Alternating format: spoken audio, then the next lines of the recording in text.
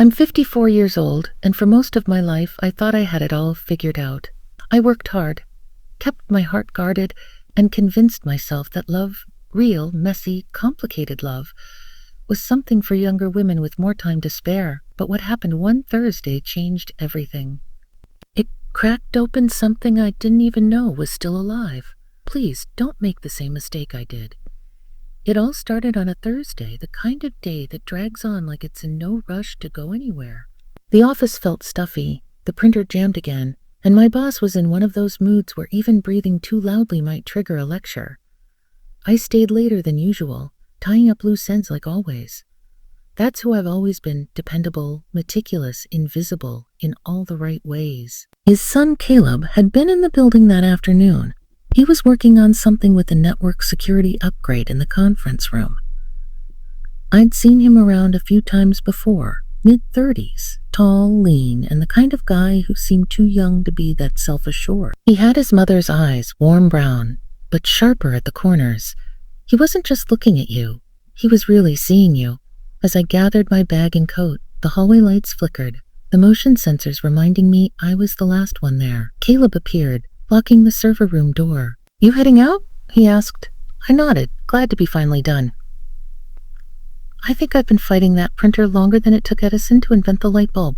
He laughed, a deep, genuine laugh that felt good after the silence of the empty office. "You parked far?" he asked. "Other side of the lot, my usual spot, under the flickering lamp," I said. He glanced out the window. The clouds had rolled in thick and fast, and rain tapped gently on the glass, threatening something heavier. "Let me give you a ride," he said, already walking toward the exit with that casual confidence some men carry without even realizing it. It was dark, and it was starting to pour. I hesitated, not because I felt uncomfortable, but something about the offer made me pause just a little longer than normal. "You sure?" I asked, trying to sound casual. He turned, offering a small grin. I wouldn't offer if I wasn't, so I followed him. His car was clean and smelled faintly of cedar and leather. The moment I got in, he adjusted the heat, like he already knew the office turned into a refrigerator after hours. It was thoughtful, not overbearing, just nice. We pulled out of the lot, the windshield wipers moving rhythmically against the growing rain. "You always stay that late?" he asked. I glanced at him. "Someone has to." He smirked, and that's what my dad always says. I laughed quietly. Well, he's not wrong. He just usually says it while walking out the door an hour earlier. We both laughed, and the silence that followed wasn't awkward. It felt easy. The conversation kept flowing. About work, about music, about nothing and everything. He told me about his side projects and a cabin he was fixing up near the lake. I mentioned how I used to sketch when I was younger, how life had gotten too busy for it. I don't know why I told him that. I hadn't thought about it in years. At one stoplight, he looked at me in that way again. Not flirtatious, not overly intense, just present. "You ever think about what you'd be doing if you hadn't taken the safe path?" he asked softly. It was a simple question, but it hit me somewhere I hadn't touched in years. I looked out the window. The rain had softened into a mist, and the streetlights cast everything in a gentle golden hue. "All the time?" I said. He nodded slowly, like he understood more than he should. We reached my place quicker than I expected. I pointed toward the driveway. "Be this one here," I said. He pulled in and kept the car running, not rushing the goodbye. For a few seconds, neither of us moved.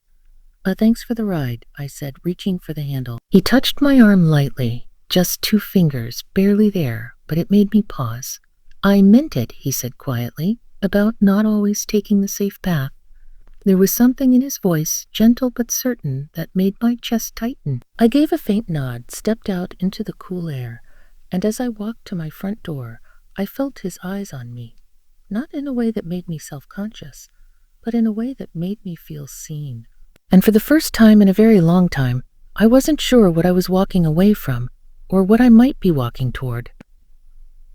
That night, I didn't sleep much. I laid there, staring at the ceiling, listening to the occasional creak of the house settling and the soft tick of the clock on my nightstand. But my mind was elsewhere. Back in that car, back in that pause before I opened the door, with the weight of Caleb's words about not always taking the safe path. It wasn't even what he said, really.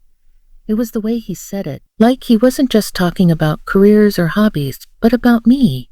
Like he saw something in me I'd spent years hiding under a polished, practical life. The next morning I wore a navy sweater I hadn't touched in years. It clung a little too much at the waist, but it brought out the color in my eyes and made me feel something close to vibrant. I told myself it was silly, that no one would notice, but part of me hoped someone might. I didn't expect to see Caleb again so soon, but when I stepped out for lunch and headed toward the cafe around the corner, there he was, sitting on the bench outside with a coffee in hand, scrolling through his phone like he belonged there. He looked up just as I passed. Well, well, fate strikes again. I raised an eyebrow, smiling despite myself. This cafe has great sandwiches. Fate's got nothing to do with it. Sure, he said, standing and tossing his cup. Mind some company? We ended up sitting at a small table by the window. It wasn't a date, but it didn't feel like just lunch either. He asked real questions about my job, about my daughter who lived across the country, about what I did on weekends when no one was asking anything of me. I told him how I used to love going to art museums alone, how I'd get lost in paintings and imagine who the people were, what they felt when the brush touched the canvas. I told him how I hadn't done that in years, how life had become full of errands and groceries, and the quiet routines you grow into like an old pair of shoes. And Caleb listened, not with distracted nods like I was used to, but with real curiosity. He made me feel like my life was still interesting, still worth exploring. When we finished, I started to reach for my wallet, but he stopped me. My treat, he said with a warm grin. I owe you for the office entertainment yesterday. You mean my epic battle with the printer? I laughed. That's the one, he said. A legendary. As we stepped outside, the wind had picked up and tossed my hair across my face. He reached up without thinking and gently brushed it back, his fingers grazing my temple just for a second too long. I froze, not out of fear, but because something shifted in me. Something unspoken passed between us in that moment, a pulse of awareness, a ripple. He cleared his throat and stepped back. Sorry. I shook my head. Don't be. There was a silence. It wasn't awkward, but it asked a question neither of us said out loud. He looked at me, his voice quieter now. Would you ever want to, I don't know, do something? Not just lunch at a cafe you happened to walk by. I opened my mouth, then closed it. It wasn't because I didn't want to. It was because I did, and that scared me. Caleb was my boss's son, younger, not by a generation, but enough for people to raise eyebrows. I could already hear them, co-workers, old friends, even my own inner critic, whispering, "You should know better." But in that moment, I wasn't thinking about any of them. I was thinking about how alive I felt, how seen I felt, so I nodded. Okay. His smile widened, genuine, not cocky, just happy. I'll text you, he said, and he did.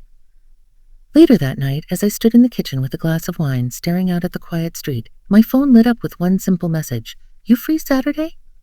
I stared at it for a long time before I typed back. Yes, I didn't know where this path would lead, but for once, I wasn't looking for the safest turn. Saturday came faster than I expected. I spent the morning fussing over what to wear. Caleb had said we'd keep it casual, just driving out to the lake, grabbing food from a roadside diner he loved. But still, I stood in front of the mirror, trying on different blouses, stepping in and out of jeans, fussing with my hair until I finally laughed at myself. I settled on a soft cotton shirt, fitted enough to feel flattering, but relaxed enough to look like I wasn't trying. Even though I was, he pulled into my driveway right on time. His car gleamed in the early afternoon sun, and he stepped out wearing a navy flannel over a white t-shirt, a slight breeze catching his hair. He looked like a postcard version of himself. Natural, effortless.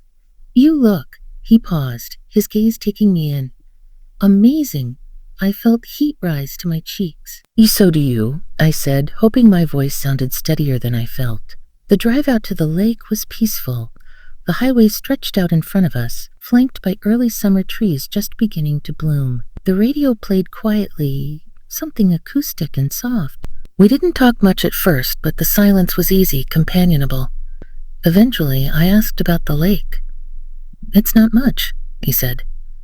Just a place my mom used to take us when we were kids. There's this tiny dock no one really uses anymore. Thought you might like it. I did. When we got there, it was even quieter than I imagined. The lake shimmered under the pale blue sky, the water still and untouched except for the occasional ripple from a passing breeze. The dock stretched out like a forgotten road, weathered but steady. We walked to the edge and sat down, letting our legs dangle over. For a while, we just listened.